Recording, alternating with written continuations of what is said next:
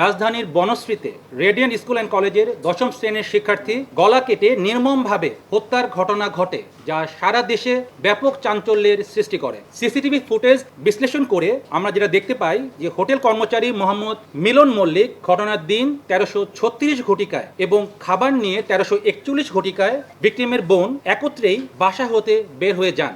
পরবর্তীতে ভিকটিমের বোন তিনি পার্শ্ববর্তী একটি জিমে ১৩৪২ ঘটিকা হতে ১৫৪৫ ঘটিকা পর্যন্ত উক্ত জিমে অবস্থান করেন এবং উক্ত সময় ধৃত আসামি মোহাম্মদ মিলন মল্লিক পুনরায় দুপুর ১৪২৫ ঘটিকায় ভিকটিমের বাসায় প্রবেশ করেন এবং ২০ মিনিট যাবৎ উক্ত বাসায় থাকেন এবং ১৪৪৫ ঘটিকায় তিনি বাসা হতে বের হয়ে আসেন। বাগেরহাট জেলার সদর থানাধীন সিংগা এলাকায় অভিযান পরিচালনা করে হোটেল কর্মচারী মিলন মল্লিককে গ্রেফতার করা হয়। প্রাথমিক জিজ্ঞাসাবাদে গ্রেফতারকৃত আসামি মোহাম্মদ মিলন মল্লিক জানায় তিনি ভিকটিমের পিতা। হোটেল কর্মচারী হিসেবে তার বিভিন্ন সময় হোটেলের কাজে ভিকটিমের বাসায় আসা যাওয়া করতেন।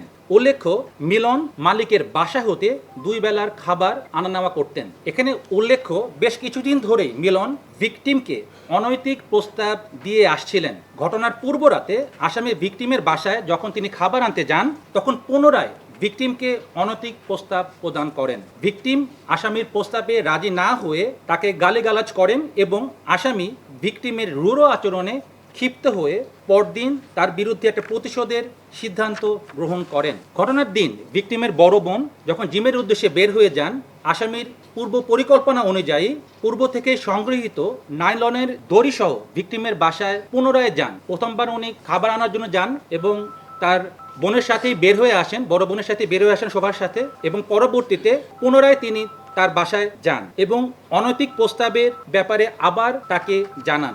আসামির অনৈতিক প্রস্তাবে রাজি না হওয়ায় ভিকটিমকে এক পর্যায়ে ধস্তাধস্তির এক পর্যায়ে তাকে পিছন থেকে লাইলনের দড়ি দিয়ে তার গলায় শ্বাসরোধ করে তাকে হত্যা করার চেষ্টা করেন।